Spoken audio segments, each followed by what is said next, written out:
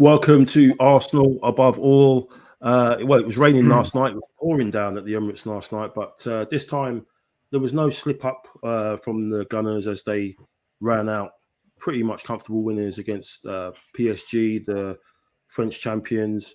I've got the firm with me tonight, Neil Shah and Melvyn Marks, to talk about that and the Leicester game. They were both there on Saturday and obviously went through that madness in the second half. So it'd be great to hear what they're still recovering from that. And we'll obviously discuss what happened last night and a look ahead to the return of a certain Aaron Ramsdale. And will he inadvertently help us get over our bogey side for once, which is Southampton? But before all of that, of course, let's go.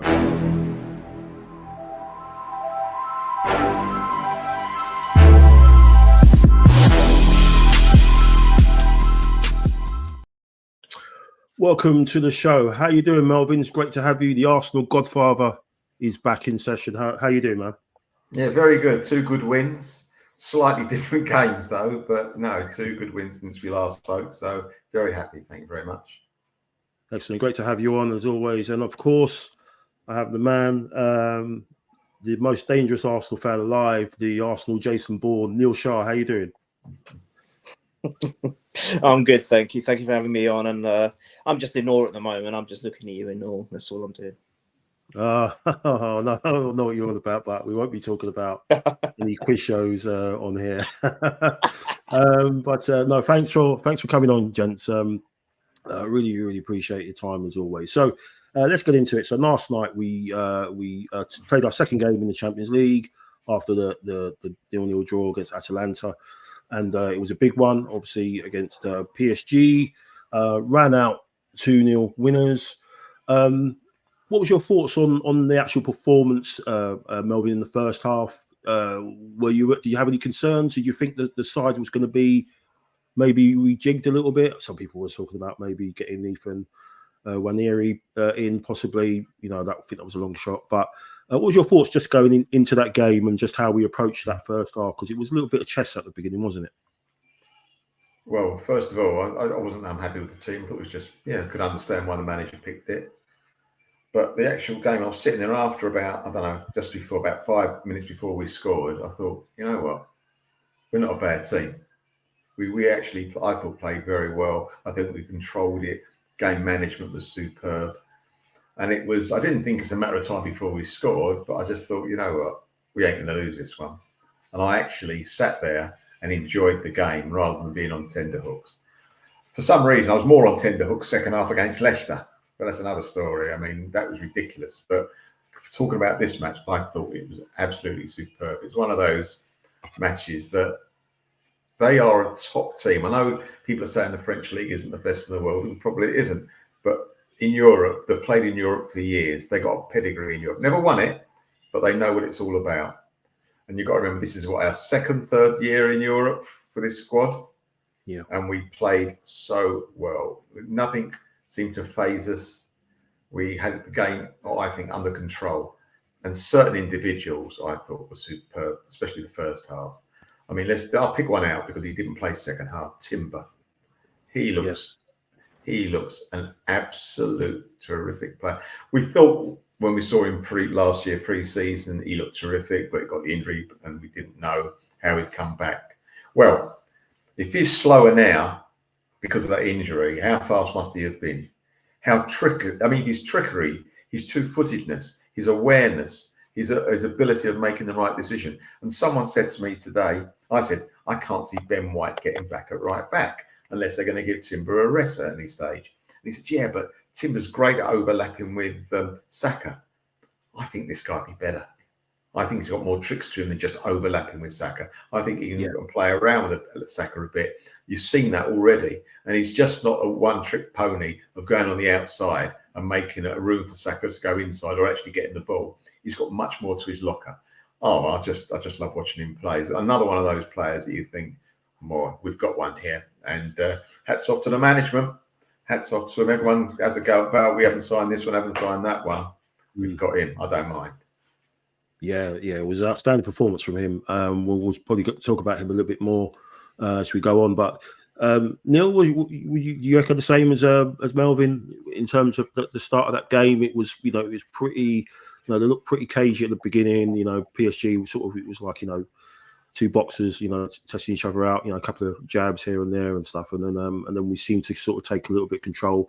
I thought your man Trossard was outstanding as well, absolutely outstanding. Everything he did, even going into the second half, there was a flick he made to Havertz and Martinelli. If he'd finished that probably wouldn't have been the goals of the season, basically. But what was your thoughts on just that first half performance, Neil, and just how we approached it and just how we looked so dominant in that period of play?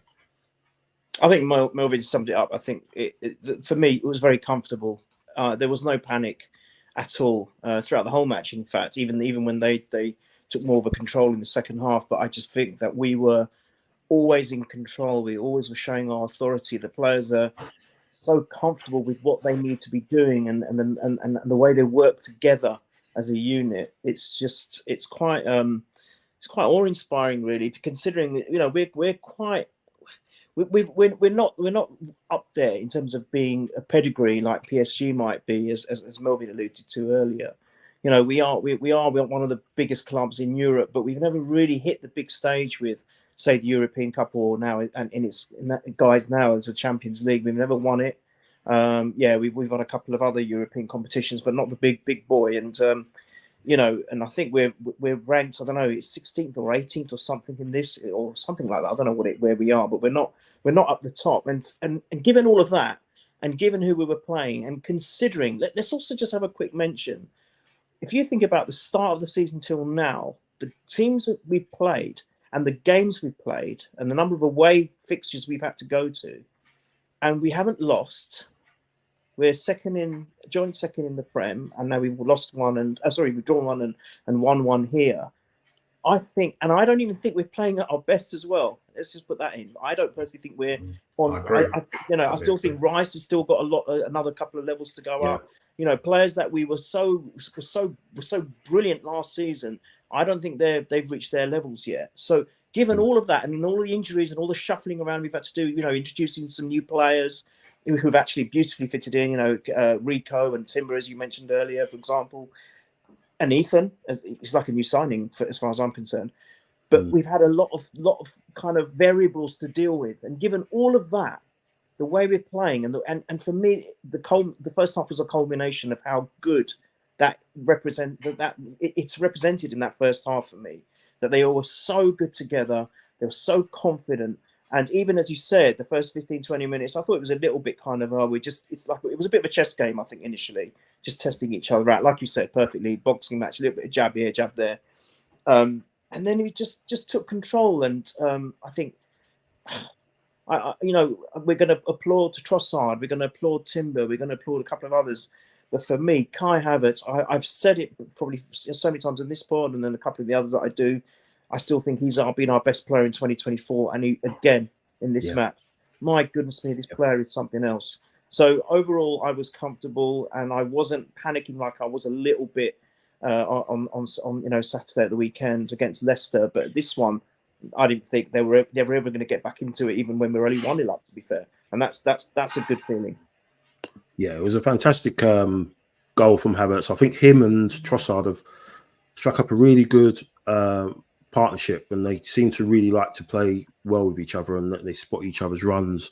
And obviously that chance again in the second half, which fell to Martinelli, it was obviously Trossard playing it to Havertz. So, again, I'll say it again. I'll hold my hands up. When the signing was made, I think with a lot of other people were thinking, what on earth have we spent 60 million on? It doesn't look like it's going to work.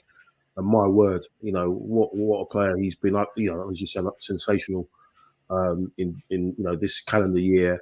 I think that's his fifth goal at home in a row at the Emirates as well. And I think even when people like Clarence Seedorf are basically giving you praise as well, I think he was giving him some praise on the Prime channel, saying that he knows exactly what to do at the right time. He knows exactly where to be at the right time, and you can't give him any more praise than that. The only thing you probably say would be maybe be a little bit more critical, Neil. I was just going to say, when you mentioned Seedorf, we have to be doing something right when all throughout the whole coverage on Prime, Alan Shearer is talking nothing but positive about us. And I'm like, what the hell is going on? Alan Shearer has suddenly become our best friend. I thought, wow. So we must be doing something right, surely. But yeah, no, just on Kai Havertz, I mean, even that move with Martinelli, I mean, that would have been probably, up there. We've scored some amazing team goals. The Norwich one. We've had another one where Ramsey finished the goal off, and we've had some amazing team goals in the past. That would have been up there because it was just a flick after flick after flick. It's such a shame that Martinelli didn't have these scoring boots like he did against Leicester and put one in the net on the other day. So I was just so thrilled the way we played. It was fantastic. Yeah, can I just say about the Martinelli thing? You both mentioned it. I was so disappointed with him. Because, as you say, that would have been one of the classic goals we've seen at that stadium. I'm going to stick Rosicky in there. He scored a couple of these 1-2-2, 1-2-1 goal, flip it in. He was fortunate that it wasn't an important miss. Because we would have been talking about this, not with smiles on our faces, but with a little bit of anger.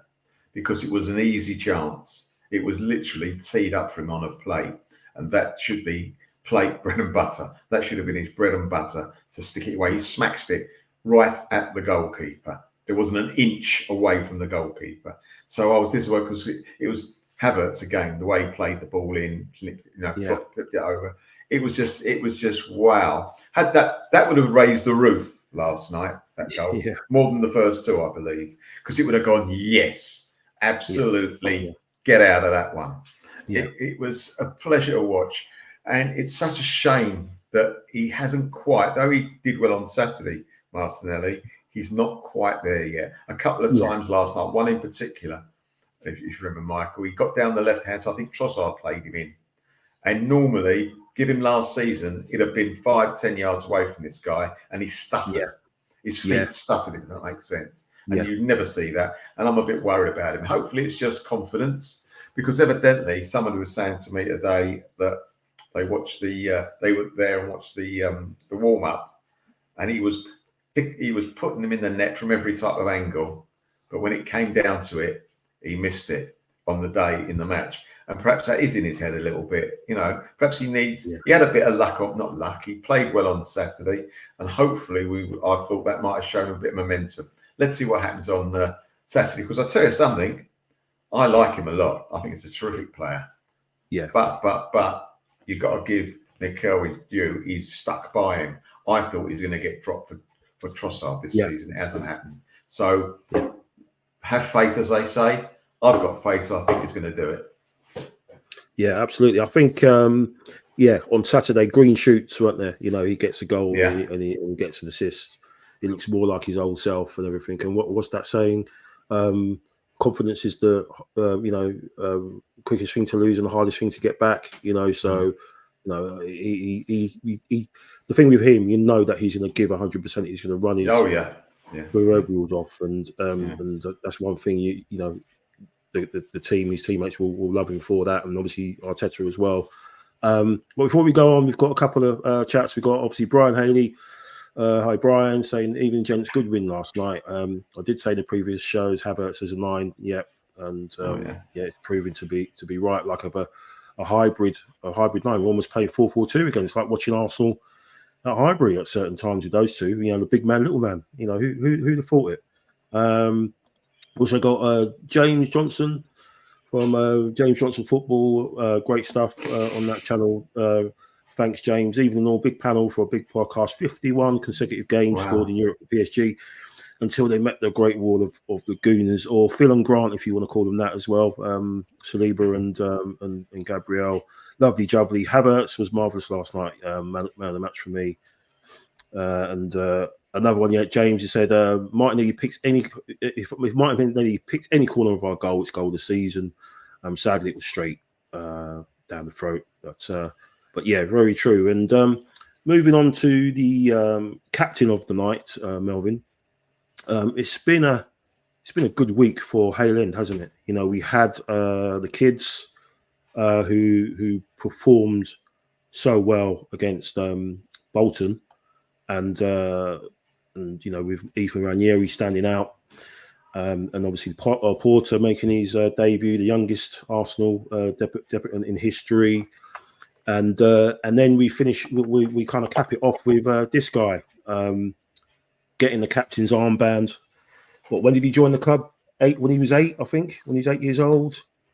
I mean, what a journey to be captain last night and to score. Probably the most flukiest goal he'll ever score in his career. But what more can you say about him, Melvyn? He's still getting a few shots from people saying the goals and the assists are covering his performances or masking his performances. But then when you have people like Joleon Lescott, now Joleon Lescott's been part of the England squad with Ashley Cole, and he did a podcast a couple of days ago with Michael Richards, The Rest of Football, and he was talking about Saka, Joleon Lescott. He was saying, seeing him close up at England training, he does everything. He makes the right decision almost every time. He said basically every time, and he's consistent with it. And that's why for him, he's world class, because he does it consistently, and he basically makes the right decision every single time. Whether that's going inside or whether going out or whether they're putting a cross in. What's your thoughts on Saka, Melvyn? I know you've waxed lyrical of him, many a time, but the performance last night, it's just another step towards greatness, and his words after the game about this is the year for us. What's your thoughts on him last night? Well, with Saka, he's the type of player that nothing again phases him. When he came in the team, you didn't know it was his first game, how young he was. He was actually our best player when he first came in the team. We didn't have a good team, I admit, but he gave it every week. He gave that performance and held us as far as he could together. And what is quite amazing about him is that he's got the captain's armband, and I think that's such a big thing for someone who's so young. And you don't normally get the guy playing wide to get the captaincy. I know you don't always do it by positions, but it's not normally. And for Arsenal to give it to him, it's so well deserved, because he's a great footballer. Let's not argue about that. But off the field, he's something special. And it's a bit of a story. I hope I don't mess this one up. But what I'm trying to say is, sometimes you look at a young lady and you say, sure, she's beautiful. And you go, I'll tell you something, I've spoken to her. She's not only beautiful, she's got a great personality, a great sense of humour. She's got everything going. And then you suddenly go, I've just found out what it is. She can't cook. And that must be with Saka. He's got everything, in my opinion. He's got all the qualities of a great person, and perhaps he can't cook. Who cares? He is unbelievable. And when I saw him, I think he got it a few weeks ago, the armband first. I was so happy for him. And it's such a right move to make, because he deserves it. Not just in his performance, as I say, on the field, but off the field. He's just, if you had to, if he's an AI, make a footballer, you'd make it as a human being as well. You'd make it as him. He just says the right things, does the right things, and he doesn't care. And if he makes a mistake, he doesn't let it get on top of him, whatever the idiots say. And you just got to take your hat off to him and go, yeah, that's it. I'm so happy that he's playing for the Arsenal. I really am. And, I've had plenty over the years. I've had plenty of idols, if you like. I'm a bit old to have idols, but my admiration for him is top drawer. Yeah, absolutely. Neil, you know, I think Melvyn's pretty much hit the nail on the head, but his performance last night and just how he's, you know, he keeps on getting numbers, as James would love us, love saying as well. You can't begrudge that, can you? I mean, I know in this game, in the modern day, that's what a lot of people look at, and they don't look at the eye test and what he's actually doing. I mean, for example, on Saturday, I watched the game. You know, I was going mad. I think, Saka's he's terrible against Leicester. I watched the game back, and he had a really good game. He had a really good game, and some people were just absolutely slating him. So it's almost like because what he's done so far, he's put on this pedestal. His standards are so high, and it's funny that the likes of Palmer, the likes of Foden, you know, they're all compared to him, isn't it? So there must be a reason why they're always comparing. You know, this guy's better than Saka. This guy, you know, isn't it? Otherwise, you know, if he wasn't that good, then there wouldn't be no comparison, would there? Well, he's the benchmark, isn't he? I think that's the thing. He has raised his levels himself, and if there is any criticism, it's maybe because he's just so good. He's almost like, you know, master of his own demise in that aspect, when maybe he gets a bit of criticism, because you don't ever expect him not to do well. I think that's what Melvyn, that's kind of what he was saying. It's like he's just so good as just a complete person, not just a footballer. And just to digress slightly, and I think it is the right decision to give him the captain's armband while Odegaard's injured, because I think the more natural decision would have been maybe to give it to Rice. But I think Saka's earned it. Obviously, Rice has been early the season a bit now, but you know, Saka's been there right from the start. And I think Arteta, Rice also is another one very good off the field. You know, he presents himself very, very well. He conducts himself very well. But you know, I think because of Saka's longevity with the club, I think he's earned it in that way, in that regard. And there is nothing. You know, I mean, I on Saturday had a little bit of an issue with him because I was sitting on that side and I was seeing what he was doing. There was a few times where I think he did make the wrong decision, and maybe I jumped on that bandwagon because I only saw that aspect of him. I didn't see it from the other half where he was on the other side or down the other side of the pitch. So you're right. I did the same. I rewatched the highlights and I thought, oh my God, actually, he's had a really good game. So I take that back as well. But you know, for all the mistakes he makes, you could say he makes 2 mistakes, he'll make 50 right decisions. That's the difference. It's not like the bad and the good are very close to each other. It's just miles apart, and the numbers are just there. I mean, I've said it so many times as well that even if he's not having the best of games, he still manages to get a night. He still manages to do something, whether it's an assist or a goal or something. He will turn up and he will provide one of his colleagues with a goal, or he'll do something himself. I mean, look, the goal he scored, against PSG. Everyone's saying, "Oh yeah, but you know, it's a bit lucky." I mean, well, maybe, but the delivery was on point, and it was also helped by the fact that Martinelli got in front of the first man, so it caused confusion. So you know, at the end of the day, you still got to give credit. Whatever people say, it's still a set piece move, and we are at the moment the masters of set piece. You know, it's just as James calls it, set piece FC, and I think that's completely correct. And Arteta said something about that, saying, "Yeah, you know, we might be scoring, but why not? They could be game changers, and they have been for us on so many occasions. If we're going to win key games on a set piece, are you going to say, well, no, I'd rather win on an open play goal or something? No, I'll take it all day long. I don't care how we win it, as long as we're playing good enough football to appease the fans, but also putting in these rugged performances where before we were found wanting, because we've always been known to play good football, but we haven't been able to like really up the level when it's got a little bit, hardcore in the sense that we were always bullied. Now we are the bulliers, if that makes sense. And I think Saka is very much part of that. And I've just got no words to say for the kid. I mean, what he was saying in the interview, the way he was talking was just magnificent. The way he hugged all the people there on the panel, and it's almost like they were saying, you can't even if you wanted to hate the guy, you can't. It's just so nice. He's such a nice lad, and he was just saying, you know what? What's the difference between this season and the last 2? Because I'm so hungry. The guy's so up for this. He so wants to win. And that gives me a little bit of confidence, because obviously I've been a little bit concerned that if we don't win any silverware soon, some of these key players for us might start thinking, yeah, I love it here. I really love it here. This is my home. But we might have to move on to maybe win one of the big trophies.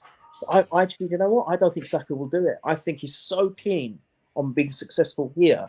And he was saying, I'm trying to lift all the other boys. So he's already in that captain's kind of role, if you like. He's got that captain's hat on, even though he's not permanent. And he's kind of guiding all the other players. Incredible. And how old is he? 23? I don't know how old he is. He's still very young. Incredible player. It's crazy. I like the way he kind of reacted when Yeri came on as well against Leicester. He almost like, he just kept on passing the ball to him, and they were linking up really well on that side. And he looked like he just grew a little bit in terms of responsibility. He's like, we'll talk about Yeri in a bit, but yeah. Saka, I think again, I'll give him a few digs because I'm just so used to him producing so many numbers, and we just want him to elevate, don't we? Because we love him, and he's a proper representation of this modern Arsenal. And for all of what you said, the humility, his decency as a human being, the way he's been brought up, his parents are amazing, and because he's the kind of guy that you would love to, your daughter or whatever to bring round and say, and because of that, you want him to be a success in everything. So you always want him just to blow everybody else out the water, and all these comparisons with the likes of, as I've mentioned, there's no comparison. They can have their 4 goals, and what have you, and Foden's back apparently because he scored a couple of goals against some side that got smacked 5-1 by Celtic, and everyone's going crazy about that. But yeah, he's done it consistently. Again, that's a key word for him, and at all different levels. So yeah, long way to continue for him. So we can spin back a little bit and go back to the guy you mentioned earlier, Melvyn. Timber, he came off at half time, and obviously it seemed like it was a precaution because I said it looked like he made a complaint about his muscle injury. You concerned about that, or is it just you just think it's just normal? I mean, like Arteta said, he's played a lot of games. He's had quite a few, obviously with the travelling as well, with the away games as well. Do you think that's just the only thing that's going to derail us at the moment in terms of how things are going?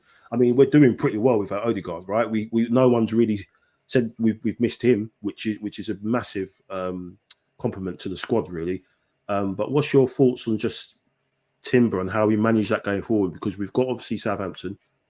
There's a possibility if White isn't 100%, we can go in there without a proper right back, and that means putting Calafiori over there, and he might be in the same boat where his load might be a bit too much at the moment because he picked up a little bit of a knock against Leicester. But what's your thoughts just again on just Timber and just how we navigate that and how important we do it well?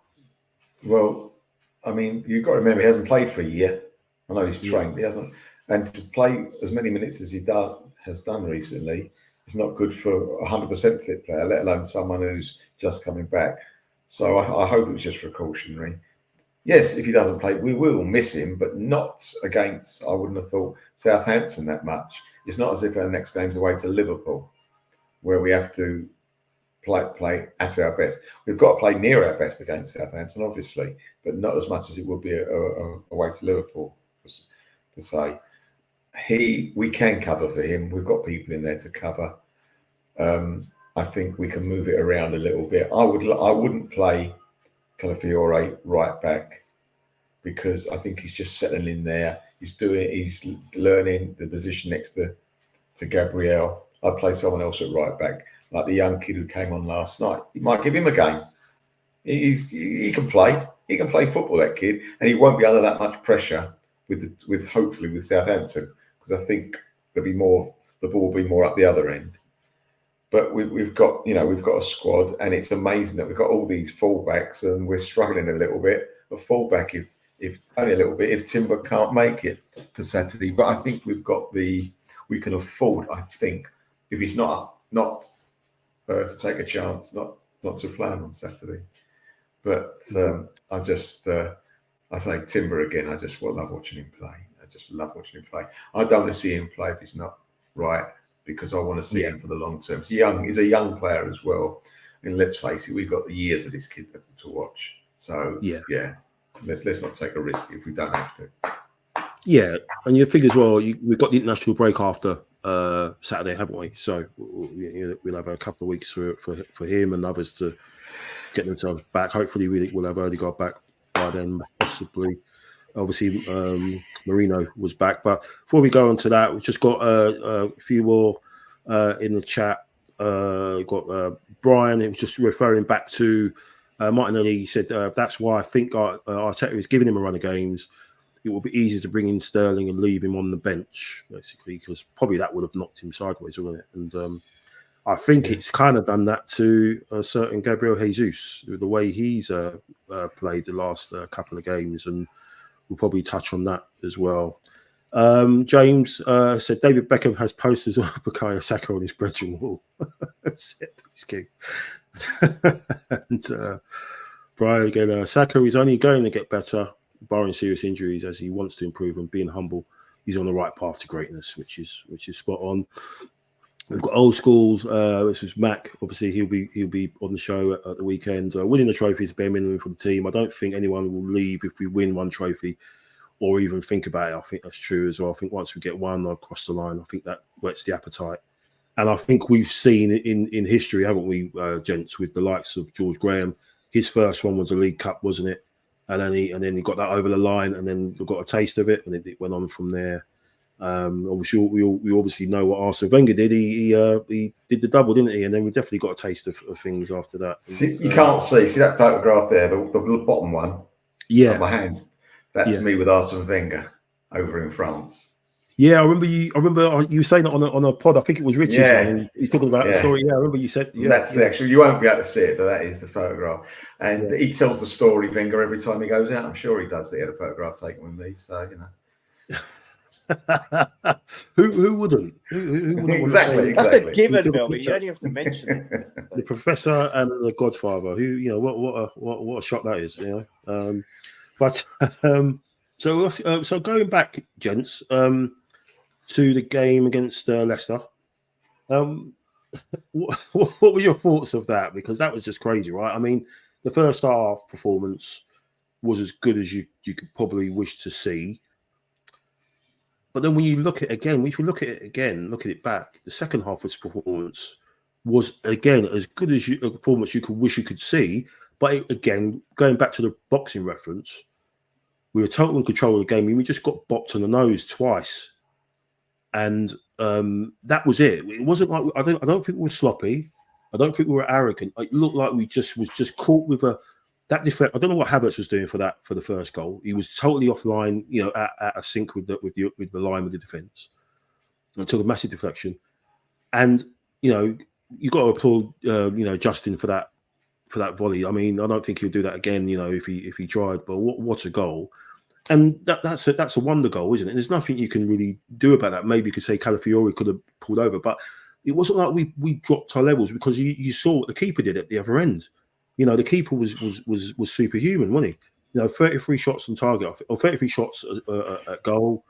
I think there was 16 or 17 on target. I think got the numbers here. What was your thoughts watching that?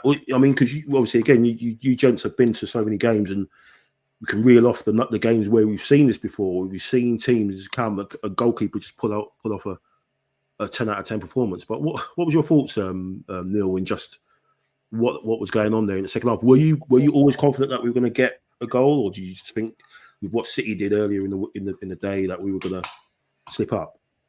Well, I've bridged the gap now whereas before, where we were 1-0 up, 2-0 up, 3-0 up, even sometimes even 3-0 up. I'm thinking it's not enough. I think, God, we still need to maybe get a fourth, because teams, our defence sometimes just gives way, and they get one goal, and then it kind of dominoes into 2 and 3.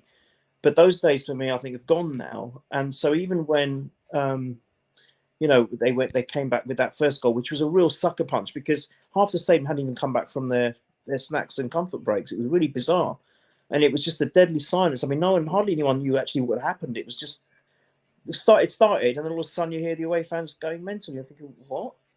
And it was so against the run of play. I think it was a shock. It was a real shock to the system, and I think it took a little bit of time for the crowd to then get back into getting behind the team and stuff. It was just a stunned silence. And then we had the second one, which you know, when it's replayed on the big screen, you can't argue it. That was an amazing strike. Yeah, we could have done a bit better defensively, but you know, end of the day, as far as the strike goes, there's nothing anyone could have done about it. It was just, he's not, as you said, he's probably never going to score a goal like that ever again. It's just such an amazing, beautifully struck goal. Probably will win goal of the month at least. I would have thought. But the keeper was just keeping everything out, and it was. I still kept the belief, really, even at 87, 88 minutes, believe it or not. I still thought we're going to score a goal because we were playing really well. We weren't playing bad. We were literally peppering their goal, but their goalkeeper was just having an outstanding day of football. A bit like when we played Man United that time, where I don't know how many bloody times how many times we hit the target, and was it De Gea? Was it De Gea who was saving everything? For them?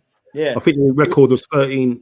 This goalkeeper, I think, 13 shots, 13 saves. Sorry, I think. Yeah. Equal the record of David De Gea. Yeah. There you are. So it kind of brought that back, but I didn't ever feel. I don't know about Melvyn, but I didn't ever feel for a moment that this is going to finish like this. We're going to get it.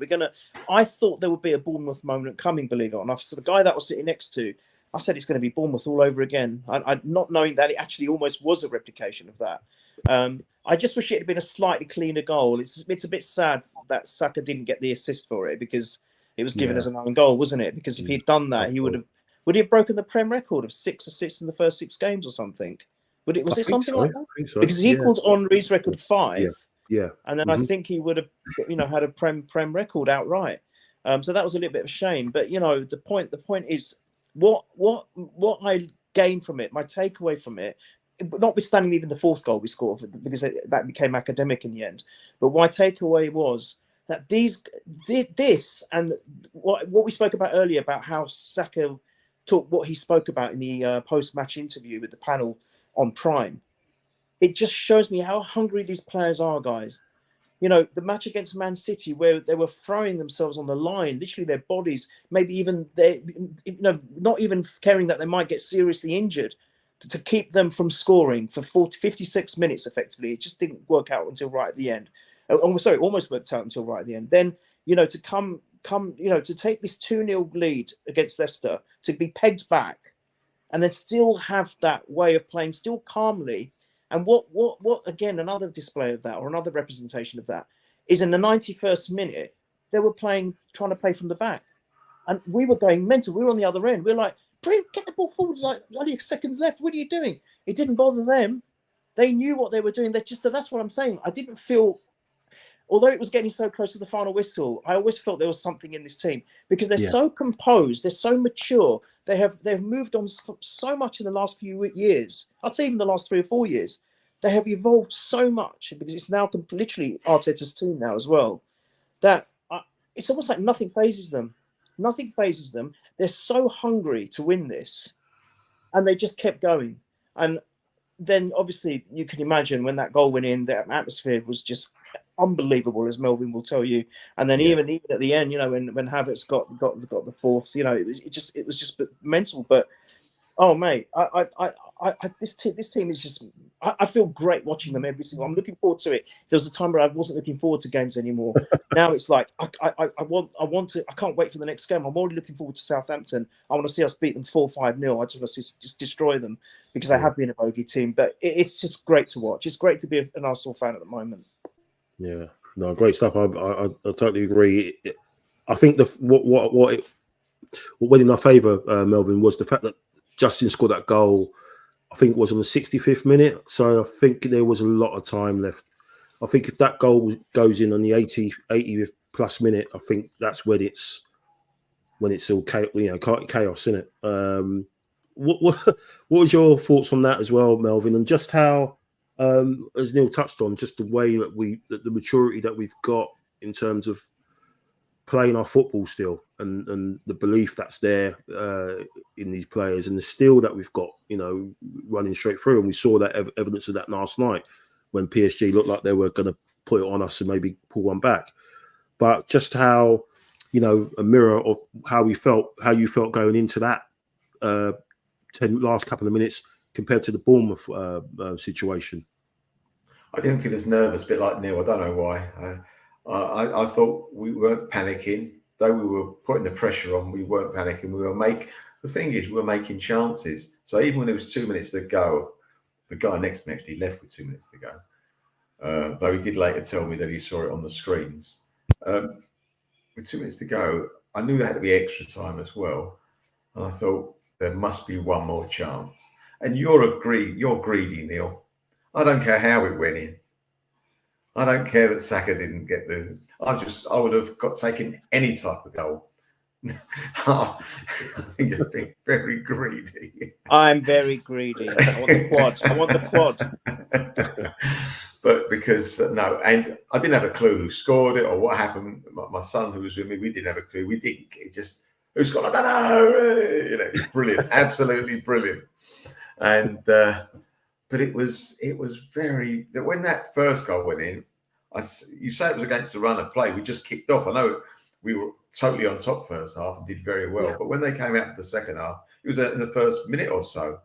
And when we gave that, I don't know how that free kick was. I lost. I thought, and you might have put me right, Neil, after the game. I thought Saliba made a mistake and didn't bother to clear it. But I think that the ball just went the wrong side of him. And then he got booked for it. And I thought to myself, free kick, oh no, dangerous position. Be typical if they score. And then I saw an ex-Spurs player taking the free kick. I thought, I don't like this one at all. And it was, you say neither goals were sloppy, Michael. I thought the first one was sloppy. I thought it was a sloppy goal. Things could have been done to stop it. The second one, apart from someone standing in front of that guy, getting close to him to stop him shooting, give him the confidence, what a goal. And I think I said to you after the game, Neil, the guy should just give up football now, hang up his boots. He'll never do that again as long as he plays. And say, thanks very much, boys. I've done that. See ya. What a goal. Unbelievable. I mean, I wasn't sitting in the correct position. I wasn't behind the ball. But sometimes you sit behind the ball when someone hits it, you go, it's a goal. As they leave their boot, it's a goal. Yeah. I was sitting in the wrong angle and I still knew it was going in. It was unbelievable. Fantastic goal. Yeah. And that's the type of goal to win games or win your points. And luckily for us, it did neither. Yeah. Can I?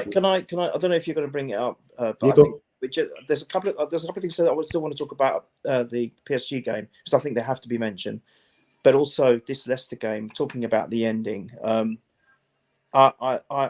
You guys know from the WhatsApp groups that I'm so wax lyrical about Ethan. I cannot overestimate how good this young kid is. We're talking about the kind of person that Saka has become, and is going to carry on. Hopefully even evolving even more so and becoming even a greater person. But this kid, I think, has got it as well. I haven't heard him too much in interviews, and I'm not sure how much what he's kind of like outside of football. But I'm sure, if Saka's anything to go by, and him being almost like a mentor to him. Because obviously Saka's an old man now, so he can mentor. I think this kid's going to have it, and the way this guy is playing, my goodness me, I'm doing parallels with Messi, and I'm going to stick to that until he proves me wrong, unless something goes right. This guy has got everything. He's fearless. He's composed on the ball. He's comfortable on the ball. He's confident. He can run at players he makes it look easy for me. He makes it look easy. We know that he can score. He bagged two, didn't he, against Bolton? Yeah. And he's just. I'm going to keep saying it. He needs minutes. I want to see him play on Sunday. On Saturday. I want to see him get quite a lot of minutes on Saturday. He came on another cameo. Every cameo he's made has been fruitful. Even the one against Tottenham for like 5 seconds, he still did something amazing. But this one, my goodness me, literally his first touch, he just runs through all the players and almost scores. Yeah. And he was involved so heavily, as you said, linking up with Saka. I think Saka feels comfortable passing to him because he knows what he's all about. And one thing you said was spot on right at the top of this podcast. Every one of us was so worried about the lack of Odegaard and how we're going to get that creativity, how our channel's going to be opened up, how we're going to do everything. Look at what this team is doing without Odegaard. It's almost like we're not missing him. And that who would have been saying that 4 or 5 matches ago, thinking that we've got Tottenham away, Villa away, Man City. Who would have been saying all of these things? Incredible, but unwary for me. oh goodness me, Arteta, just keep playing him, you know, make sure that you make use of this guy. You need to rotate this season, and he is the answer for me. You know, I would even like to see Odegaard struggle to get back in the team because of how good this kid is. I can't say anything more. It's just amazing. Don't you feel, Neil, that when you were there on Saturday, that I'm not saying that's the reason it happened, but he did lift the team. That's not necessarily the reason we won. I think it might have something to do with it, but he genuinely lifted the crowd.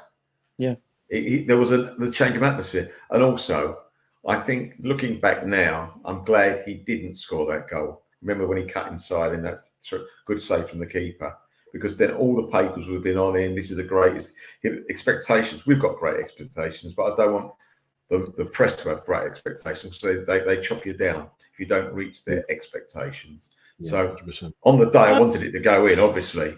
But having said that, I'm glad we won without it, because what a goal that would have been. That would have been maybe 2 or 3 players. He did a Saka-like move, didn't he? Yeah.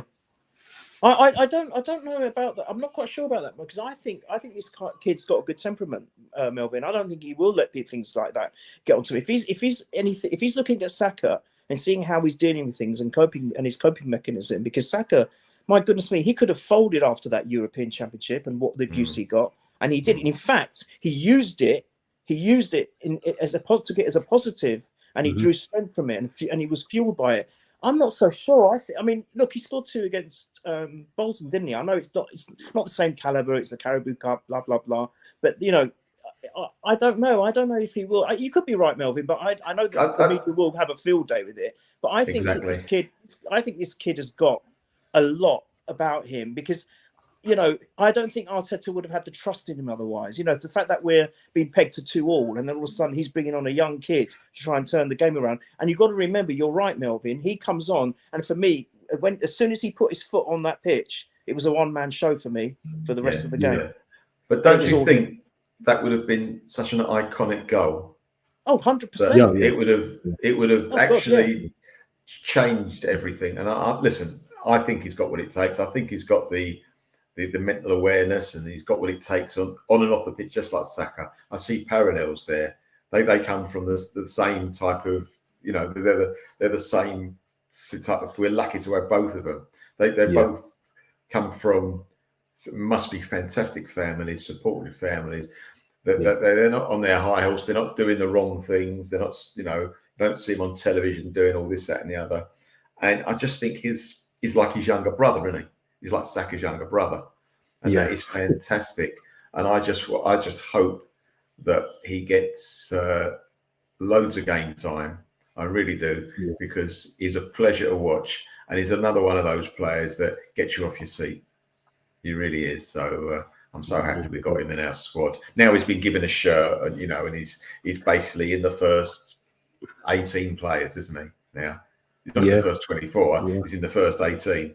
And that's going to close down to the first 12 at some stage very quickly. I listen, Neil, I'm on the same page as you. I think he is fantastic, and he will get a lot better.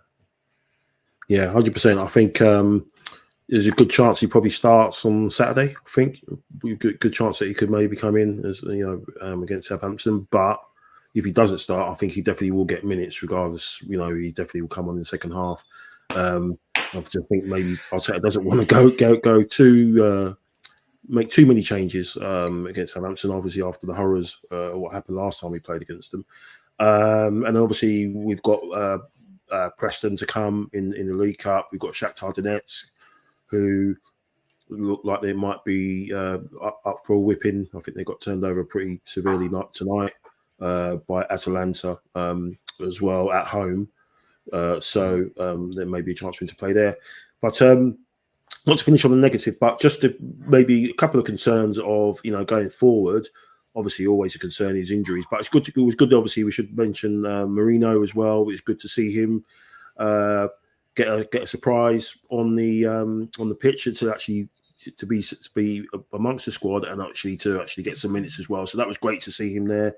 Looked a little bit rusty, one tackle I think at one point, but I'm sure when he gets going, he's going to be a fantastic asset and another option in the middle there.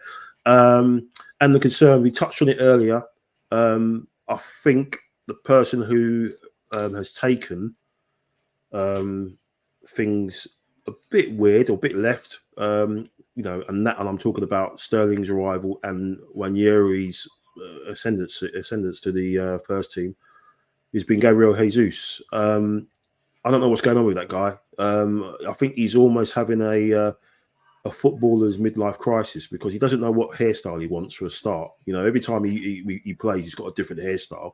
So I don't know what the hell is going on there. He's got Cane Rose 1 minute and then he shaves it off and then he grows it back the next day. I don't know what's going on. I don't know how he's doing it. But I think it's affected his mental state because he seems to be playing for himself now. When he comes on, he's playing for himself. Now, a lot of people don't. Well, I think a few people have. And I know that it was mentioned in the WhatsApp group that fourth goal against Leicester, he's shooting when he should have squared it. If you watch it back, he's got Sterling and Havertz open, both of them open. They could both could have held hands and walked that ball into the net together. But he didn't. He took a shot, not necessarily a good one, but the only good thing he did was that he hit it across the keeper, so the ball came out that way, and then obviously Justin kicked it against Havertz. But just to finish, you got any concerns about him, Melvyn? You think you think Mikel's gonna, have to maybe make a decision in January, possibly? Maybe just got to burn him out the squad if an offer comes up, because he's not going to want anyone like that.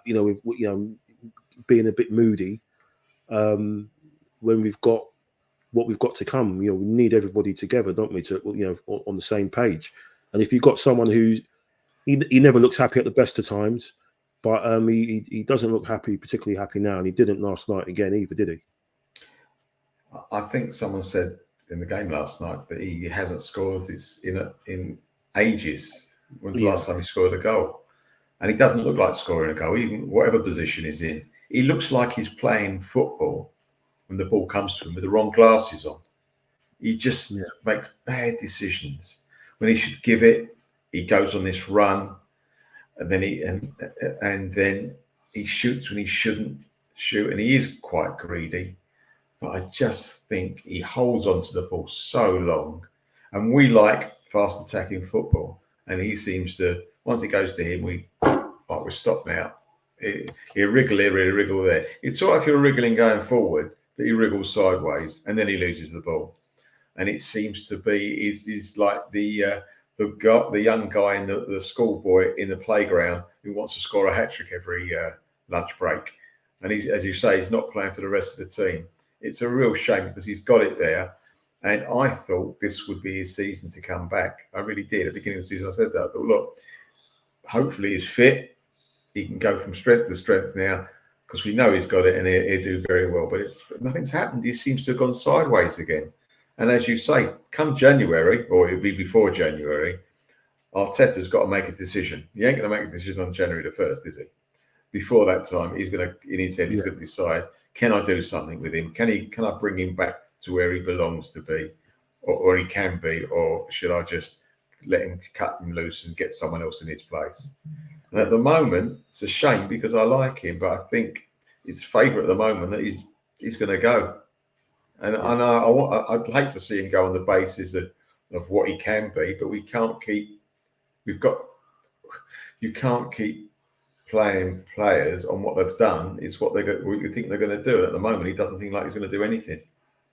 Yeah, I think you're right. Is it a case, Neil, that we're witnessing? Obviously, when he and Zinchenko arrived, they obviously came with their baggage, obviously winning titles with City, and they brought the level up, didn't they? We can't, kid ourselves and say they didn't. They did. The levels of the team went up, and is it got to the point now where it's almost like what's happened with Smith Rowe? Well, he went out injured, keeps on getting injured, and each time he comes back, the level keeps on going a bit higher, and he keeps on struggling to match it. And I think that's what we're seeing with the youth now, because only got to look at what Havertz is doing. The output and the performance that he's doing. We're not seeing Jesus doing that, and he has to do that to remain in the team, hasn't he? And I think it seems to me pretty clear to me where the way this is going to end. I think it's going to, if it's January, if it isn't January, it's definitely going to be the end of the season. But I can see him definitely heading out the exit. What do you think? Yeah, I think firstly the address of his mood, Arteta's cutthroat. We saw what he did with Aubameyang. Aubameyang became toxic as far as Arteta was concerned in the dressing room. We're not privy to it. We don't know all the details, but from how it looked, Arteta won't stand for that. So if he is going to carry on in this kind of fashion, we can just say, he's just not happy. I think January might be the exit door for him. Now, you're right. When Zinni and him joined the club, it was a revelation, an utter revelation. And I'll never forget that, because I was the one going on record saying when I saw them in the pre-season friendlies, I even said that this team reminds me of the Invincibles, and I think we've got a real good chance of winning the title. And we came so close because they changed everything. They made the game faster for us. We were quick. We were bamboozling defenses. And that's what he was doing. You see, actually, Jack made a really good point from the Purely Arsenal podcast. He said, when it was unstructured, which it pretty much was then, Jesus was brilliant because there was no order or structure. So he was like free to go everywhere in the final third. And defenders didn't know how to defend against him. And that's why he was so good at it. And he never scored bags of goals, but he was a menace to the defenders. Now that we've got structure, it's not really suiting his style of play, but it's suiting Havertz's style of play. And Havertz, if you've noticed, he also is going from the left and the right. If you look at his heat map, you'll see that he was not only in the defensive positions, but he was also more tailored towards the right, fair enough. But he is kind of everywhere. And I remember he did an overlap as well on one of them. He was like coming right on the right-hand side. So Havertz is doing it, but he's doing it effectively. And Jesus isn't being effective. Havertz is a team player. Jesus at the moment isn't. That's the difference. So, he's always going to choose Havertz all day long if Havertz is fully fit and he doesn't need a rest all day long. So Jesus is always going to find himself behind in the pecking order now anyway. Yeah. So I mean, I'm like you, Melvyn. I still like the player. I wouldn't want to see him go off in a bad way. If he does go off, I want him to improve, of course, because we want the best for the club, no matter who it is, whoever the players are. We always want the best for the club. So I think the writing's on the wall. If there is going to be some changes in January, I think he could be one of them. But just from that, sorry, I know I'm probably prolonging the podcast unnecessarily, but I just want to mention about Havertz and what he done, but also Trossard for that first goal. I mean, that was fabulous. That was an incredible passage of play from Trossard. And what I loved about it is the way he almost went to play the ball, and then he noticed that Havertz wasn't quite ready because Havertz was still steaming ahead. He kind of paced himself and he timed it just right, and then he had another dig at it, and he got that delivery was point on. But what I love about Havertz is before, where he wasn't maybe so much in favour of duelling, which he actually said himself on an interview, he's now relishing duels with players, and he's loves to attack the ball and be aggressive with the ball, and that's the change. And him speaking like that, I want to see Jesus speaking like that, and you don't see it from Jesus. That's the thing. And you just got to give props to him. Who's literally just completely changed. If there's any improved player that anyone says to me, who's your most improved Arsenal player, I'll say Havertz all day long. I know I talk about Havertz constantly, but I think I've got good reason to at the moment. He's just an amazing player. That's how I just see the situation with Jesus at the moment. But let's see what happens. Yeah, I think you're right. And Havertz has been immense. Just his output and just the actual what he gives to the team, on both sides of the ball. He's able to stretch him and go up for headers, obviously, and be a target, but also what he does in terms of the press and everything, and that amount of work he's had to do in Odegaard's absence, because we know Odegaard's an absolute madman when it comes to triggering the press. He's the one that sort of sets everything off, doesn't he? And so Havertz has had to do that as well. And then, yes, Trossard as well has been immense, obviously.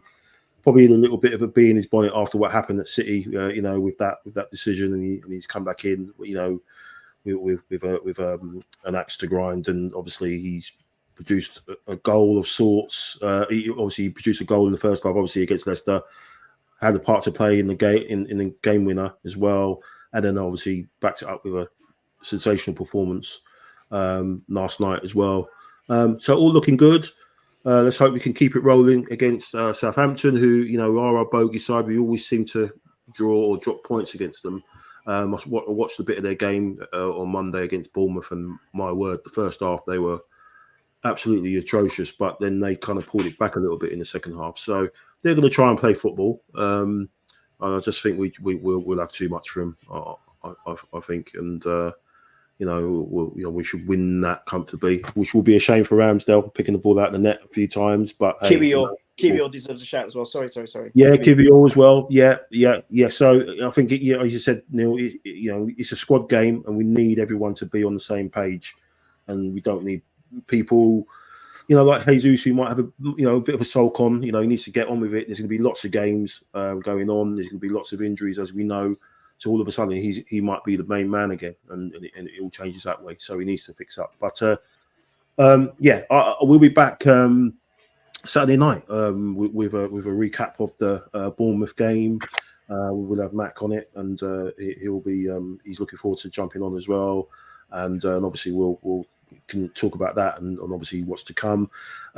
Say thanks again to these fine gentlemen, the firm, Melvyn, the Godfather, Marks. Thanks for coming on. It's always a pleasure. I'm always happy when you invite me on. Always. Thanks again. No, it's an honour, mate. Thanks for coming on. Really, really appreciate it. And obviously, the most dangerous Arsenal fan alive, the Arsenal Jason Bourne. He's off. He's going to choose a passport and he can disappear off the grid like he does. Neil Shah. Neil, thanks for coming on again, man. I really appreciate it, as always. Thanks for the stuff about the chase as well. Seeing me embarrass myself in front of millions, not at all, and get caught. But it is what it is. The kids enjoyed it. They thought it was funny seeing their dad on the TV. So we'll see how it goes. I'm waiting for that autograph.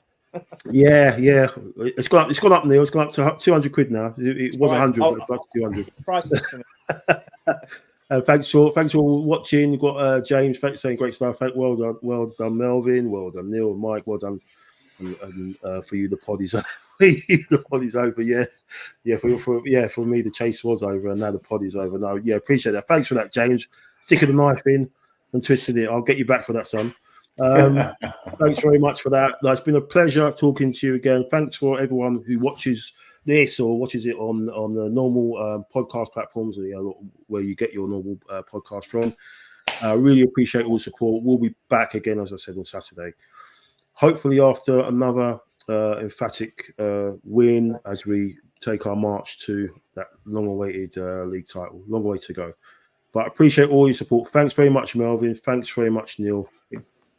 Come on, you guys. Newcastle, the central figure again, and he looks to trick Michael.